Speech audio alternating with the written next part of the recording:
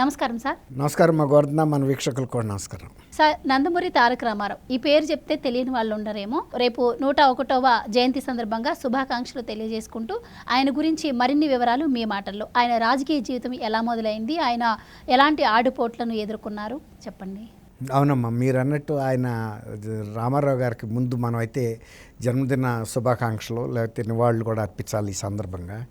ఒకటేంటంటే, నాలాంటి వ్యక్తి మేము ఆయన వ్యక్తిగతంగా కలిసాము, మాట్లాడాము, అది మా అదృష్టంగా భావిస్తాం. ఎందుకంటే మీ తరం వచ్చేటప్పటికి ఆయన లేరు, మీ ఊహ వచ్చేటప్పటికి నిజంగా ఆయన కాలంలో ఆయన సినిమాలు చూసిన వాళ్ళు కానీ, ఆయనతో రాజకీయంగా ప్రయాణం చేసిన వాళ్ళు కానీ, ఆయన సభలకు హాజరైన ప్రజలు కానీ, ఆయన ప్రవేశపెట్టిన పథకాల ద్వారా లబ్ధి పొందిన వ్యక్తులు కానీ, తర్వాత ఆంధ్రప్రదేశే ఒక అదృష్టం చేసుకుందమ్మా. ఆంధ్రప్రదేశ్ అనేది 1956 నవంబర్ 1న కాంపోజిట్ మద్రాస్ స్టేట్లో అంతర్భాగంగా ఉండేది. అసలు ఆంధ్రప్రదేశ్కి అనేది ఉనికి లేదు. ఒక తెలుగు మాట్లాడే వ్యక్తులు ఇక్కడ ఉన్నారని నార్త్ ఇండియాలో ప్రజలకు కూడా తెలియదు. మామూలు ప్రజలకు చాలా కాలం తర్వాత, అంటే ప్రసార సాధనాలు ఇవన్నీ బాగా వృద్ధి చెందిన తర్వాత కూడా 1982 సంవత్సరం నాటికి కూడా ఆయన పార్టీ పెట్టేటప్పటికి ఎవరి ఎన్టీ రామారావు, ఏంటి తెలుగుదేశం పార్టీ అంటే ఈ పేరేంటి, తెలుగు అనేది ఒక భాష, ఆ భాషకు సంబంధించిన ప్రజల ఆత్మగౌరవం కోసం ఈయన పార్టీ పెట్టాడు. ఈ రాష్ట్రం ఎక్కడుంది, అంతకుముందు ఈ రాష్ట్ర ప్రజలు ఏంటి, వీళ్ళ గుర్తింపు తెలీదు. వీళ్ళని అందరూ కూడా ఢిల్లీ వెళ్తే మద్రాసీలు అనేవాళ్ళు. సౌత్ ఇండియాలో కన్నడిగాసుకు కూడా అంత ఏమి గుర్తింపు లేదు. ఒక్కటేంటంటే సౌత్ అంటే మద్రాసీలు, ఇప్పుడు చెన్నైనా అప్పుడు మద్రాస్ అనేవాళ్ళు. ఆ విధంగా మద్రాసుగా ఒక గుర్తింపే తప్ప తెలుగు ప్రజలకు అసలు గుర్తింపే లేదు. ఇది భాషా ప్రయుక్త రాష్ట్రాల కోసం ఏర్పాటైన మొదటి రాష్ట్రం కూడా ఆంధ్రప్రదేశ్. ఆ రోజుల్లో పొట్టి శ్రీరాములు గారు తమిళనాడుతో కలిసి ఉండటం వలన ఆంధ్రప్రదేశ్కి అన్యాయం జరుగుతుందని ఆయన అమర నిరాహార దీక్ష చేసి చనిపోతే, అప్పుడు జవహర్లాల్ నెహ్రూ గారు భాషా ప్రయుక్త రాష్ట్రాలని ఫస్ట్ టైం ఆంధ్రప్రదేశ్ తెలుగు మాట్లాడే వాళ్ళందరూ ఏ భాష మాట్లాడే వాళ్ళకి ఆ రాష్ట్రం పెట్టాలనేది ప్రతిపాదనే ఆంధ్రప్రదేశ్లో పొట్టి శ్రీరాములు గారి ఒక త్యాగం ద్వారా వచ్చింది. అయినప్పటికీ కూడా ఆంధ్రప్రదేశ్ ఆ తర్వాత కాలంలో ఎప్పుడు కూడా ఇది తెలుగు రాష్ట్రం, తెలుగు మాట్లాడతారనేది ఎవరికీ తెలీదు. అట్లాంటి టైంలో ఆయన ఇక్కడ కాంగ్రెస్ గవర్నమెంట్లు వరుసగా 1947 నుంచి, అంటే 15 నుంచి ఎలక్షన్లు వచ్చినప్పటి నుంచి 82 రాక కాంగ్రెస్ ప్రభుత్వానికి ఓటమంటే తెలీదు. మనం ఒకే పార్టీ, బలమైన పార్టీ. ఆ రోజుల్లో కమ్యూనిస్టులు కొద్దిపాటి బలం సంపాదించిన తర్వాత కాలంలో వాళ్ళు కూడా అంత బలంగా లేరు, అంటే అధికారం సాధించేటంత పార్టీలు ఎవరూ లేరు. సో ఇప్పుడు మీరు చెప్పినట్టు, ఇప్పుడు ఆయన 1982లో జస్ట్ ఒక ఎమ్మెల్యే క్వార్టర్స్లోనే విలేకరుల మధ్యనే ఆయన పార్టీ నేను పెట్టబోతున్నానని చెప్పారంట. సో ఆ తర్వాత కాంగ్రెస్ చాలా రాయబారాలు నడిపింది ఆయనకి ఎంపీ సీట్ కోసం. కానీ ఆ ప్రలోభాలకు లొంగకుండా కూడా పార్టీని పెట్టారు. అంటే పార్టీ పెట్టిన 9 నెలల్లోనే అధికారంలోకి రావడం అంటే మామూలు విషయం కాదు. మీరన్నట్టు కాంగ్రెస్ పార్టీ ఎప్పటి నుంచో ఉంది. సో అలాంటి కంచుకోట లాంటి కాంగ్రెస్ పార్టీని బద్దలు కొట్టి మరీ ఈయన అప్పట్లోనే సీఎం అయ్యారు. సో అంతగా జనాలు ఎందుకు ఆయన్ని ఆదరించారు, అంతగా ఏముందంటారు అప్పట్లో ఎన్టీఆర్ని అంతగా ఆదరించడానికి కారణం ఏంటంటే? అవునమ్మా, మంచి ప్రశ్న ఇది చెప్పే కదమ్మా. కాంగ్రెస్కి అసలు ఓటమి అనేది లేదు అని వాళ్ళు భ్రమపడుతూ అసలు సంవత్సరానికి ఒక ముఖ్యమంత్రిని కూడా మార్చేశారు కాంగ్రెస్ వాళ్ళు. అసలు ముఖ్యమంత్రులు అనేవాళ్ళు వీళ్ళు హోదా ఉంది, వీళ్ళు ఆంధ్రప్రదేశ్కి ప్రతినిధులు అనే ఒక ఇది లేకుండా అవమానకరంగా ట్రీట్ చేశారు. దాన్ని ఆయన హైలైట్ చేసి ఆంధ్రుల ఆత్మగౌరవం అనేది ఢిల్లీ నాయకుల కాళ్ళ దగ్గర తాకట్టు పెట్టడానికి కాదు, ఆంధ్రులు అనేవాళ్ళు ఒక పౌరుషం గల జాతిది, వీళ్ళకు ఒక విఘ్నత ఉంది, రాజకీయంగా ఒక గుర్తింపు ఉంది, వీళ్ళకు ఒక చరిత్ర ఉంది. తెలుగు భాష అనేది ఒక ద్రావిడ భాష, ఇది ఎప్పుడో పురాతనమైన భాష, అంటే సంస్కృతం నుంచి వచ్చిన భాషల్లో కల్లా పురాతనమైన భాష తెలుగు. ఇంత ఐడెంటిటీ ఉన్న, ఆత్మగౌరవం ఉన్న జాతి అనేది ఆయన ఒక జెండా, తెలుగుదేశం అనే ఒక పార్టీని స్థాపించడం ద్వారా ఒక ప్రభంజనం. ఆంధ్రప్రదేశ్లోనే కాదు, జాతీయ స్థాయిలో కూడా రామారావు అంటే ఏంటి, తెలుగుదేశం అంటే ఎందుకు ఈ పార్టీ పెట్టాల్సి వచ్చిందనే చర్చ జరిగింది. ఆ విధంగా తెలుగుదేశానికి, తెలుగు భాషకి, తెలుగు ప్రజలకి జాతీయ అంతర్జాతీయ స్థాయిలో కూడా గుర్తింపు తీసుకొచ్చాడు. ఆ రోజున అంతర్జాతీయ పత్రికలు కూడా రామారావు గారి గురించి, ఈ పార్టీ స్థాపన గురించి, స్థాపన గల కారణాల గురించి, ఈ తెలుగు జాతి యొక్క చరిత్ర గురించి అన్ని అంతర్జాతీయ పత్రికలు కూడా రాసినాయి.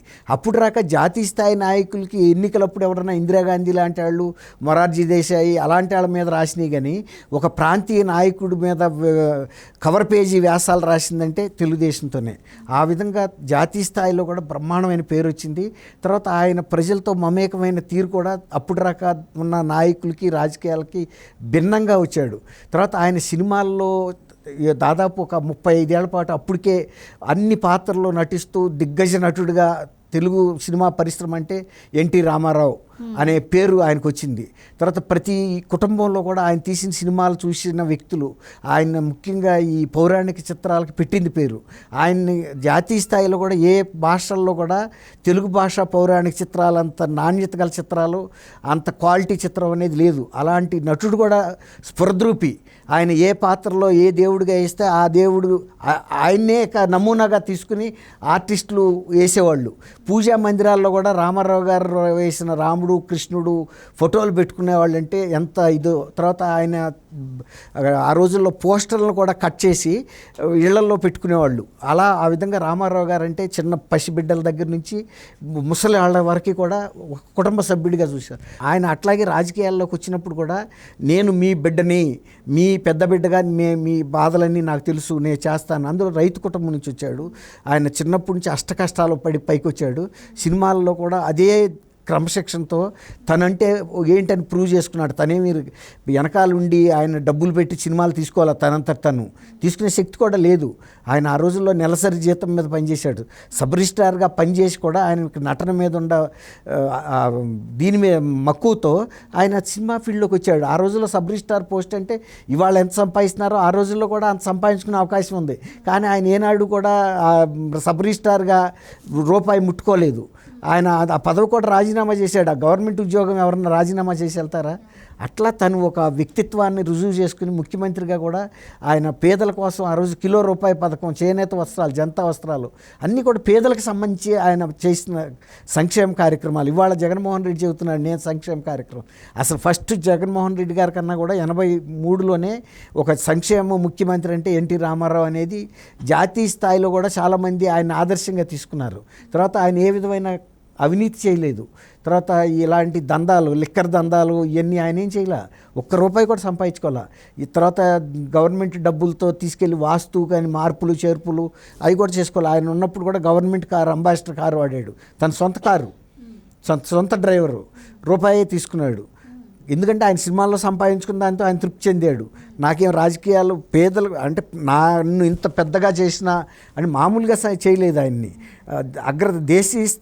జాతీయ స్థాయి నటుల్లో కూడా ఎన్టీ రామారావు గారు ఒకరు. ఆ రకంగా ఆయన గుర్తింపు ఉంది.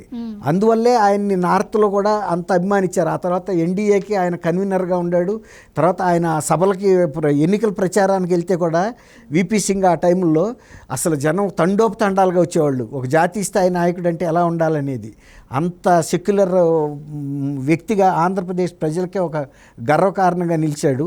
ఆయన తెలుగుదేశం పార్టీకి ఆ రోజు వేసిన పునాదులు ఇవాళ రాక కొనసాగుతున్నాయి. అంటే మొన్న అధికారంలో లేకపోయినా కూడా 5 సంవత్సరాల పాటు అధికారంలో ఉన్న జగన్మోహన్ రెడ్డి గారి పార్టీ ఇన్ని దాడులు చేసినా, హత్యలు చేసినా, పీక కోసినా సరే జై తెలుగుదేశం అన్నాడు. కానీ చంద్రయ్య యాదవ్ జగన్మోహన్ రెడ్డి అనలేదు కదా.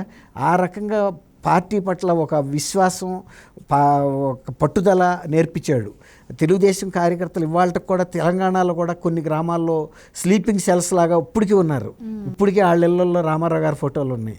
ఇవాళ కనుక రామారావు గారు పార్టీ పెడితే కూడా ఇప్పుడున్న పొలిటికల్ వ్యాక్యూమ్లో ఏ నాటికైనా సరే మళ్ళీ ఒకప్పటికి తెలుగుదేశం తెలంగాణలో కూడా ఆవిర్భవించగలిగినంత మూలాలు వాటికి ఉన్నాయి. అంటే భూమి లోపల ఉన్నాయి వేళ్ళయి. ఎప్పుడైనా మంచి వర్షం పడినప్పుడు మళ్ళీ అవి చిగుళ్ళు పెట్టే అంత బలం ఉంది. 2 రాష్ట్రాల్లో కూడా ఉంది. ఆయన మర్చిపోలేని వ్యక్తి అమ్మ. ఇప్పుడు పేద ప్రజలు ఇవాళకి కూడా తలుచుకుంటున్నారు రామారావు గారిని అంటే అది ఆయన చేసిన కార్యక్రమం అన్నమాట. తెలుగు జాతి మొత్తం కూడా ఆయనకి రుణపడి ఉంటుంది ఇప్పటికి కూడా. ఎందుకంటే ఇట్లాంటి గుర్తింపు అంతకుముందు ఎవరు కూడా సాధించలేకపోయారు. ఆ గుర్తింపే ఇవాళకి కూడా కొనసాగుతుంది. అది right sir, thank you so much. Thank you అమ్మ గోవర్ధన, మన వీక్షకులు కూడా.